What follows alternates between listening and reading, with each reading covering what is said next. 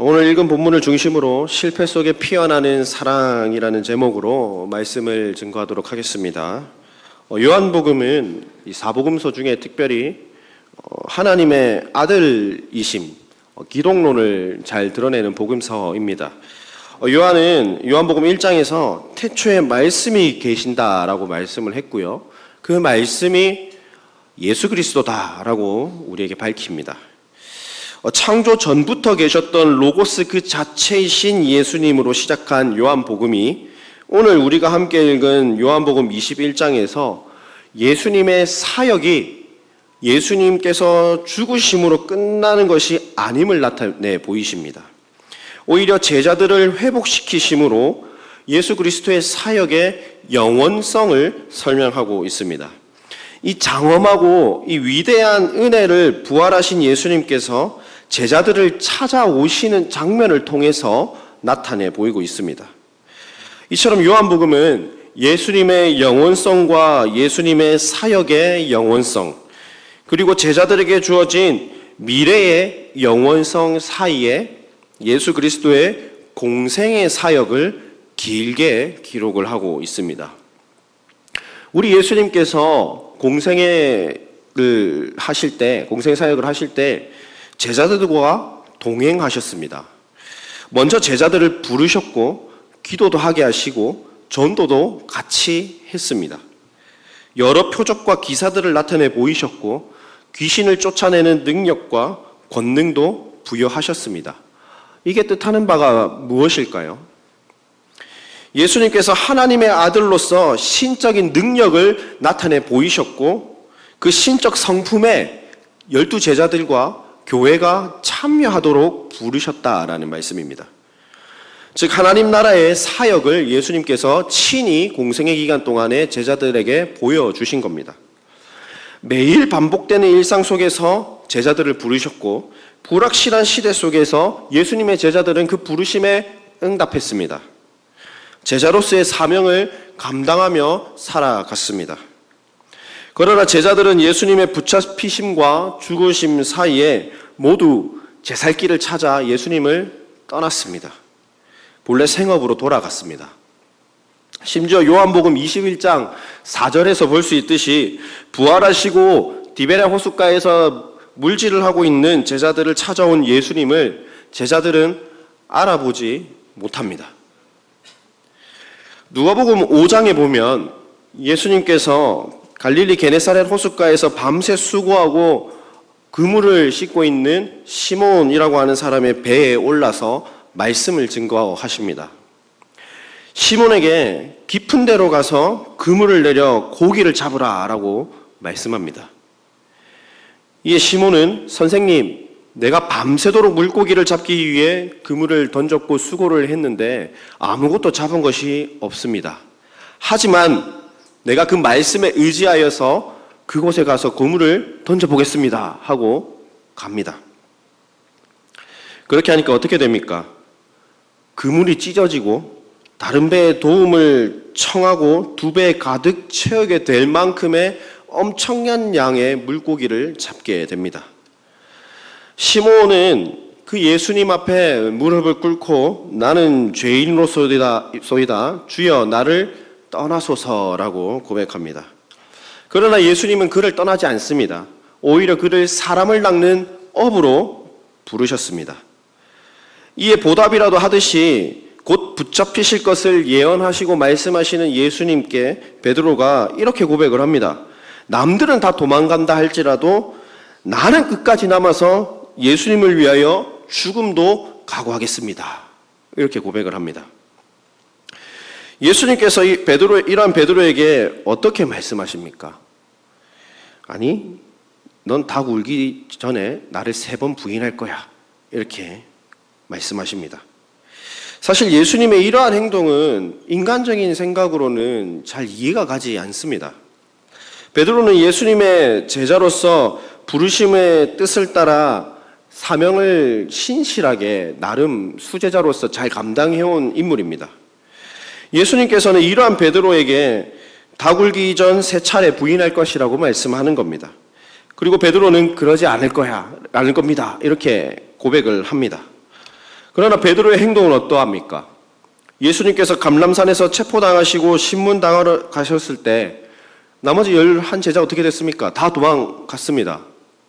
베드로 역시 제자들처럼 영영 멀리 가지는 않았다 할지라도 멀찍이 서서 예수님을 따라갔다라고 본문 어디서 기록을 하고 있습니다. 뜰 가운데 불에 몸을 데우면서 예수님이 당하시는 재판의 모든 과정들을 지켜보고 있던 베드로의 모습이었습니다. 불빛으로 어둠이 밝혀질 때 자기 얼굴이 드러납니다. 자신의 나쁘끄러움이 드러나게 됩니다. 처음은 여종에게 예수님을 부인했습니다. 그 다음에는 어느 한 사람에게 또 예수님을 부인하고 또 다른 사람에게 예수님을 부인합니다. 예수님과의 관계와 함께 다 부인해버리던 베드로의 모습입니다. 예수님과의 관계를 철저히 부인하고 신앙과 사명에 있어서 실패한 모습을 보이는 베드로의 모습입니다. 사실 베드로의 이러한 모습이 저와 여러분과 별반 다를 바가 없습니다. 내가 거룩하니 너희도 거룩하라 말씀하셨습니다.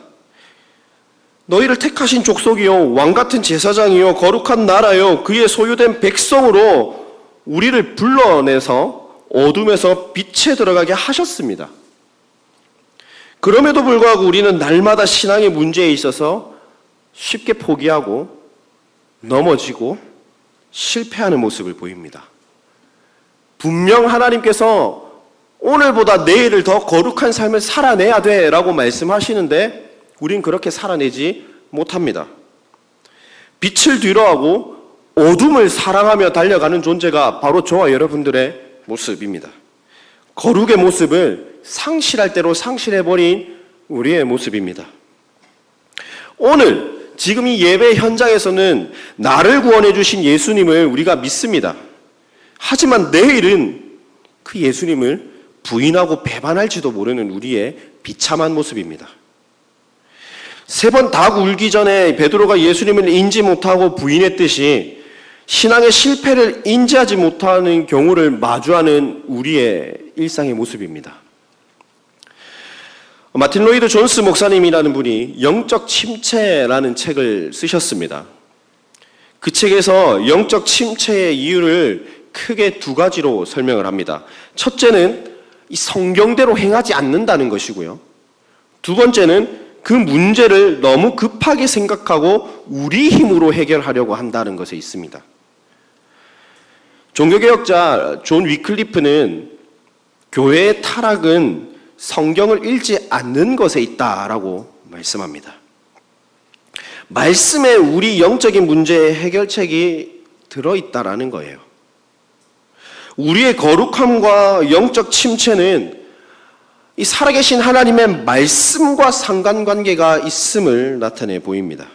우리는 우리 문제를 하나님의 말씀이 아니라 내 힘으로 해결하려고 합니다. 내 생각대로, 내 뜻대로, 내 방식대로 해보려고 합니다. 그 결과 점점 더 거룩을 상실해버리는 우리의 모습을 마주합니다. 세상 밖에 있는 사람들보다 우리 그리스도인들의 모습이 더 침울해 보이고 더 우울해 보입니다. 주 안에서 기뻐하라라고 말씀을 하셨는데 말뿐인 신앙 때문에 주 안에서 기뻐하지 못합니다. 기독교를 두고 소위 기쁨의 종교라고 합니다.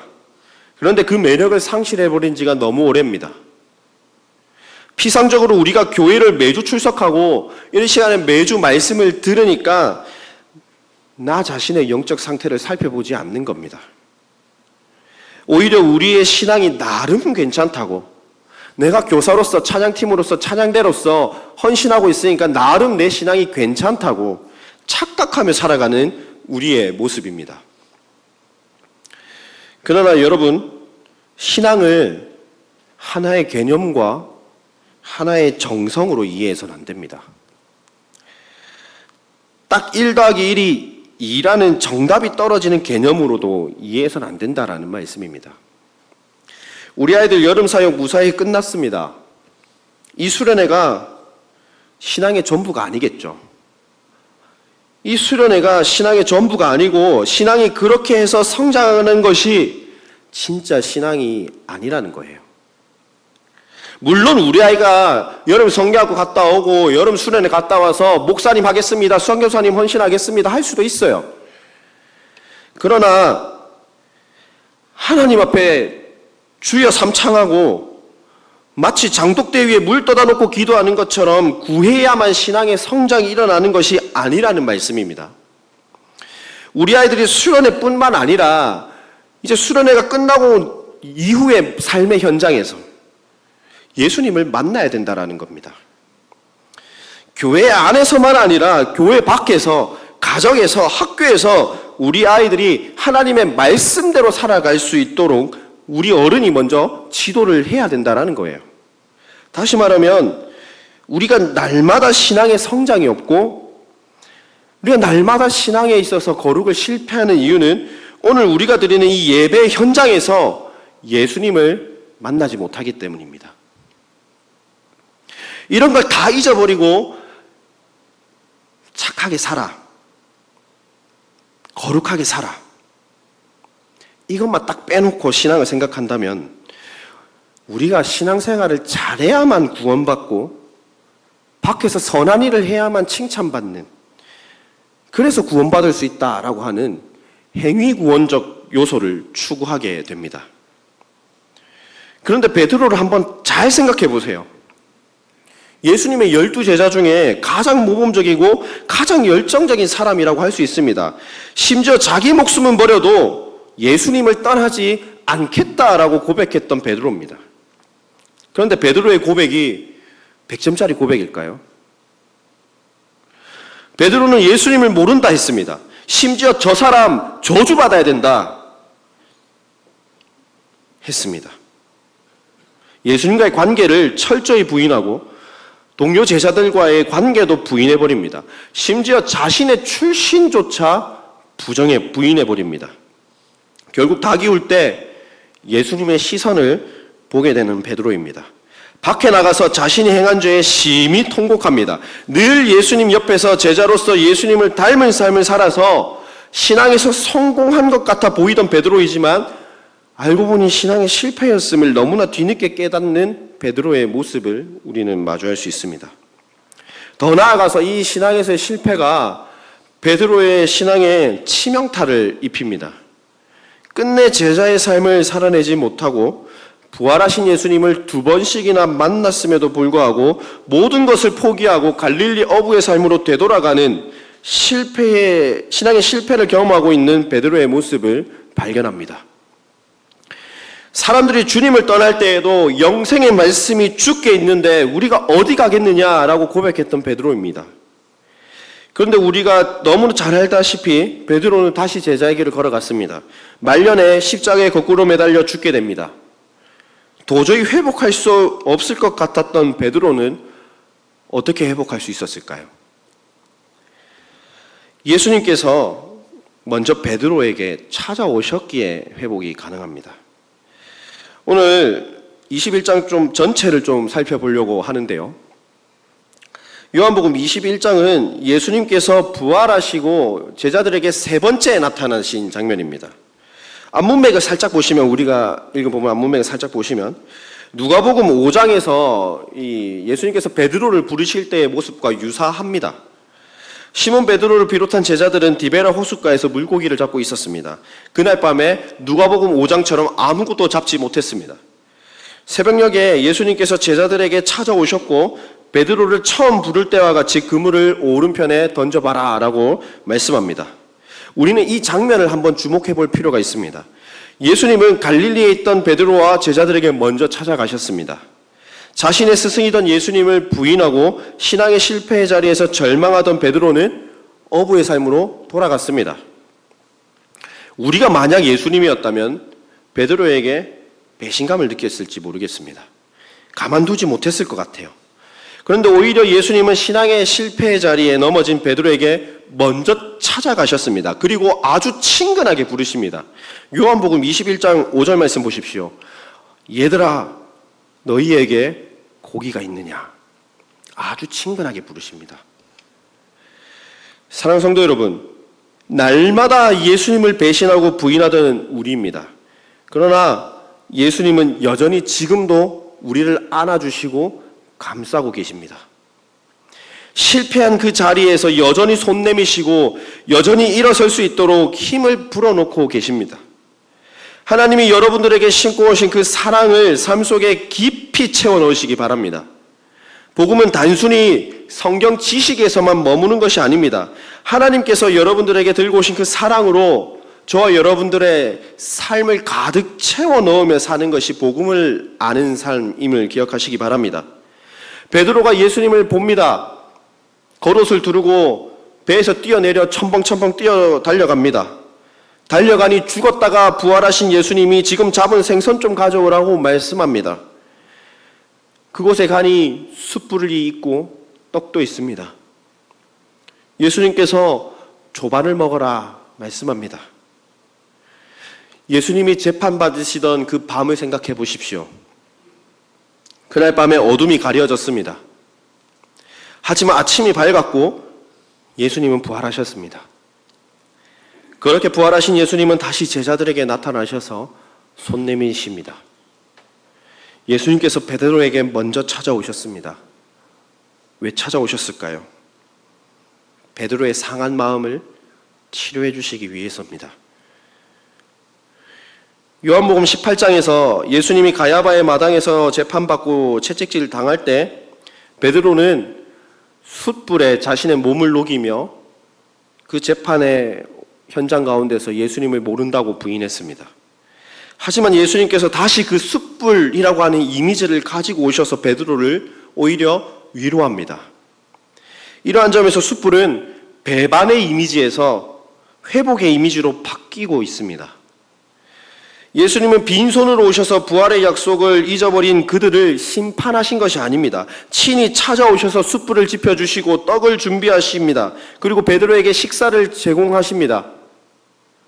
회복을 명하신 겁니다. 지금도 여전히 신앙의 실패에서 넘어진 우리에게 아무것도 묻지도 따지지도 않으시고 채찍질하지 않으십니다. 예수님께서 그저 못자국난 그 손길을 우리에게 내밀고 계신 겁니다. 우리는 그 손을 바라봐야 됩니다. 여러분들이 넘어지고 실패한 그 자리에 우리 구주 예수께서 서 계십니다. 손을 내밀고 계십니다. 복음과 삶에서의 균형을 잃어 넘어진 자를 그저 내버려 두지 않으시고 하나님이 들고 찾아오신 그 은혜와 사랑으로 상처난 우리의 마음, 구멍난 우리의 마음을 메꾸시고 채워가십니다. 우리가 못자국난 그 손을 온전히 바라보지 못한다면 그 자리는 사탄이 절망과 좌절로 채워 넣을 것입니다. 사탄은 여러분들의 실패 속에서 괜찮아, 계속 넘어져 있어, 하나님을 찾지 못하도록 회방합니다. 어떻게든 너 힘으로 일어서 봐 라고 합니다. 그러다 보니 이것저것 그곳에 다른 것을 주입시키고 결국 하나님이 있어야 할 그 자리에 성공과 번영, 집착과 같은 것들을 집어넣습니다. 신앙이 아픈데 해결이 어려운 또 다른 문제들을 만들어서 더 알아눕게 만듭니다. 그렇기 때문에 여러분들이 신앙의 실패를 경험하는 중이라면 더더욱이다나 예수님을 찾아야 됩니다. 지금도 못자국난 손을 내미시고 여러분들의 방패가 되시고 피할 산성이 되시는 그 예수님을 찾고 만나야 된다라는 말씀입니다. 우리가 신앙의 실패를 매번 경험하는 이유가 무엇입니까? 진짜 행복이 어디인지 모르기 때문입니다. 진정한 행복은 예수님과 바른 관계에 있다라는 것을 기억해야 됩니다. 진짜 우리가 신앙의 실패를 거듭하지 않으려면 내가 신앙에서 넘어진 사람이구나, 너무 연약한 존재이구나, 문제를 해결할 수 없는 비참한 존재이구나, 이걸 기억하고 예수님과 바른 관계를 회복하기 위해 노력해야 된다는 겁니다. 신앙의 실패는 베드로처럼 우리가 입술로 고백하는 것들을 이해하지 못하는 데 있습니다. 예수님은 베드로에게 이렇게 책망하시죠. 누구든지 나를 따라오거든 자기를 부인하고 자기 십자가를 지고 따라야 한다. 예수님은 우리가 악한 길에서 떠나서 온전히 예수님의 손을 바라보고 따라오기를 호소하십니다. 그런데 예수님이 왜 저와 여러분들에게 호소하셔야 됩니까? 베드로는 분명한 신앙 고백이 있었습니다. 예수님이 살아계신 하나님임을 알았습니다. 예수님이 하나님의 아들이심을 알았습니다. 그러나 베드로는 예수님을 3번 부인함으로 예수님과의 관계를 철저히 부인해버립니다. 이게 우리의 모습입니다. 그리스도인인 우리의 신앙에서 뭐가 중요한지 머리로는 너무나 잘 압니다. 그리스도가 살고 내가 죽고 십자가가 영광이고 십자가가 복이고 십자가가 영생인 것도 너무나 잘 압니다. 그런데 우리는 어디로 가야 될지, 어떻게 살아야 될지 모릅니다. 우리가 진짜 무엇을 바라보며 살아야 할지 모른 채 살아가기 때문에 신앙에서 실패하는 것입니다. 우리는 이것을 두고 불신앙이라고 부릅니다. 불신앙은 무엇입니까? 하나님께 말해놓고 내가 뭐라 했는지 모르는 겁니다. 또 다른 불신앙의 모습의 대표적인 게 우상숭배입니다. 만들어놓고 우상에게 절하는 것만이 우상숭배가 아닙니다. 우리의 꿈, 생각, 심지어 말씀이 나의 삶의 기준이 아니라 나만의 기준을 또 다르게 만들어서 내 마음대로 살아가려고 하는 불신앙이 우상숭배의 한 모습입니다. 이런 모습들이 우리를 진짜 실패의 자리로 끌고 가게 만듭니다. 우리는 우리를 실패의 자리로 끌고 가는지 베드로처럼 인지하지 못합니다. 혹여나 인지해서 그 실패의 자리에서 일어나려고 한다 할지라도 스스로 일어나려고 합니다. 하지만 우리는 스스로 일어나려고 하면 할수록 넘어집니다. 우리의 힘으로 사람을 의지하려고 하다가 자꾸만 넘어집니다. 우리가 의지하는 사람, 재물, 우리가 붙잡으면 붙잡으려고 할수록 점점 더 멀어져 갑니다. 그들에게 뒤통수를 세게 맞을 때도 있습니다. 하지만 예수님은 달랐습니다. 넘어진 베드로의 손을 놓지 않았습니다. 물 위로 걸어오라 하실 때에 제자들이 의심했을 때에도, 베드로가 3번 부인하고 예수님을 십자가에 못 박았을 때에도 예수님은 결코 그들이 넘어진 그 자리에서 그냥 있으라고 말하지 않습니다. 결코 내버려 두시지 않으셨습니다. 오히려 그들의 죄를 용서해달라고 간청했습니다. 마찬가지로 결코 우리를 하나님 편에서 먼저 손 놓지 않으십니다. 하나님께서 먼저 찾아와서 우리에게 손 내미시고 우리를 붙드십니다. 계속해서 우리가 거룩할 수 있도록 끊어진 하나님과 우리의 관계를 다시 회복시키시는 편도 예수님께서 먼저 하셨습니다. 실패한 것 같았던 인생을 다시 예수의 길로 걸어가도록 사랑으로서 그 못자국난 손으로 우리를 친히 일으켜 세우십니다. 여러분들 속에 있는 실패의 두려움과 상처들을 모두 다 예수 그리스도의 권세 아래에 내어놓으시기를 바랍니다. 말씀과 신앙의 회복이 아니고서는 진정한 회복을 바라볼 수가 없습니다. 하나님과의 바른 관계가 회복이 되어야 여러분들과 하나님 사이에 참된 행복이, 참된 기쁨이 회복될 것입니다. 여러분들의 가진 배경과 기질은 아무 상관이 없습니다. 먼저 여러분들에게 손 내미시고 계신 예수 그리스도를 구하고 찾고 두드리시기를 바랍니다. 그럴 때 책망하시고 무시무시한 하나님의 모습이 아니라 손 내미셔서 회복시키시고 상처에 연고를 발라주시는 은혜의 예수님을 우리가 만나볼 수 있게 될 것입니다.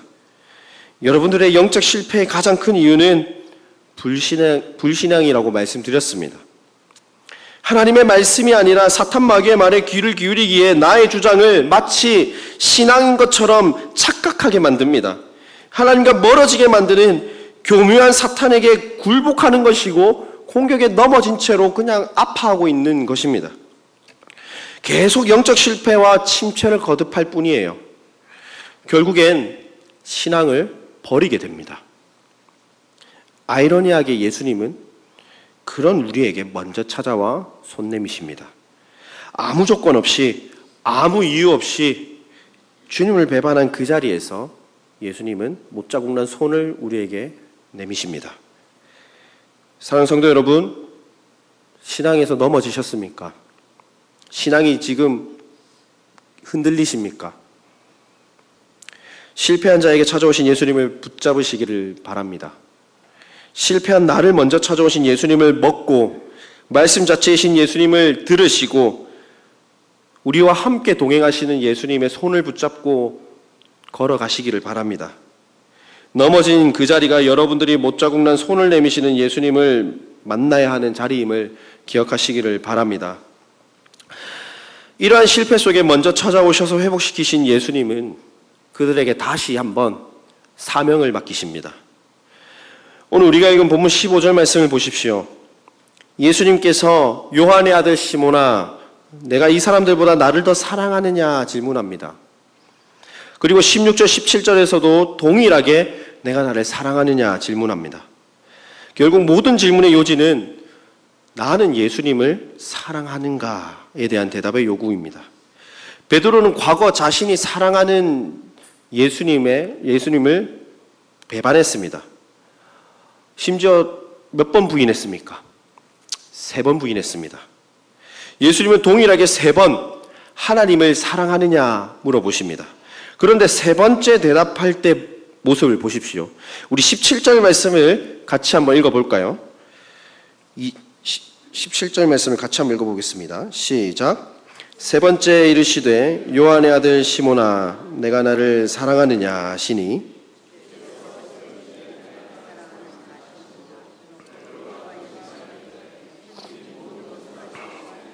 내가 주님을 사랑하는 줄을 주님께서 아시나이다. 예수께서 이르시되 내 양을 먹이라. 아멘. 베드로는 3번째 대답할 때 근심합니다. 아마도 베드로가 찾아오신 예수님을 진정으로 만난 시간이 아니었을까 생각을 해봅니다. 나는 무엇을 위해 예수님을 따라다녔고, 나는 왜 그 대제사장의 집들에서 도망쳐서 예수님을 배반했고, 나는 왜 부활하신 주님을 만나고서도 다시 바다로 돌아가서 내 생업에 복귀했지? 스스로 자신을 돌아보는 시간이었을 겁니다. 그리고 배신한 나에게 왜 예수님은 조반도 주시고 물고기도 구워주시고 그렇게 사랑을 베푸시지? 이렇게 생각했을지도 모르겠습니다. 베드로는 찾아오신 예수님을 만났고 자신이 누군지 철저히 깨닫습니다. 그리고 주님이 모든 것을 아신다라는 고백을 덧붙입니다. 예수님의 대답도 한번 보실까요? 예수님의 대답은 한결같습니다. 내 어린 양을 먹이라. 내 양을 치라. 내 양을 먹이라. 한결같습니다. 여기서 양을 먹이고 치라는 건 우리가 잘 알듯이 교회를 목양하라는 의미가 있습니다. 그렇다고 모두가 목사님들이 되어 교회를 목양하라는 뜻이 아니겠죠. 3번의 질문을 통해서 예수님께서 다시 베드로에게 양을 치라는 사명을 부여하셨다라는 거예요.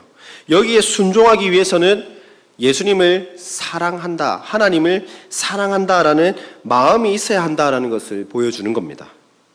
예수님의 사랑을 받은 자에게는 반드시 사명이라는 것이 있습니다. 그리고 이 사명에 순종하기 위해서는 하나님을 향한 절대적인 순종과 사랑의 마음을 갖고 있어야 된다는 것을 말해주는 것이겠죠. 결코 사명을 부여받을 자격이 없는 우리에게 예수님께서 먼저 찾아오셨고 다시 그 사랑의 마음을 담아 다시 한번 하나님 나라의 일을 맡기십니다. 누가복음 24장에 보면 예수님 장사 지내신 이후에 엠마오로 가는 2 제자가 등장을 합니다. 가는 길에 부활하신 예수님을 만납니다. 제자들은 부활하신 예수님이 누군지 알아보지 못합니다. 하지만 예수님께서 먼저 찾아오셔서 떡을 떼시고 생명을 공급하십니다. 사랑의 예수님을 제자들이 만나게 됩니다. 그러자 제자들 엠마오로 가는 것이 아니라 예루살렘으로 돌아갑니다. 바로 십자가가 있던 그 예루살렘입니다. 지금 제자들이 거기로 가면 죽는 거 말고는 답이 없습니다. 하지만 예수님은 그들에게 다시 하나님 나라의 새 일을 맡기셨고 그들은 사명에 순종하여 예루살렘으로 돌아가서 부활의 영광을 전하게 됩니다.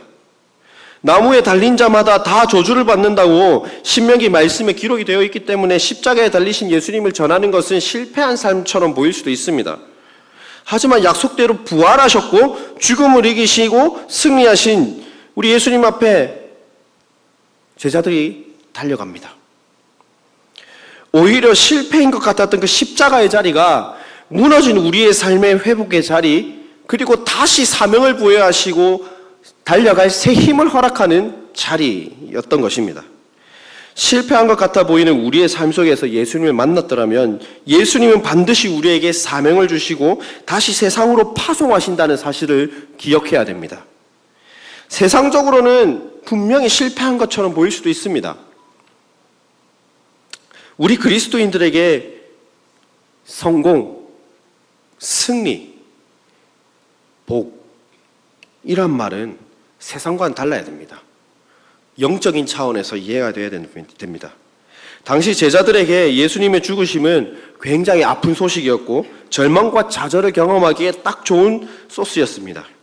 그 결과 그들은 배반했고 예수님 다 떠나서 자기 살 길을 찾아갔습니다.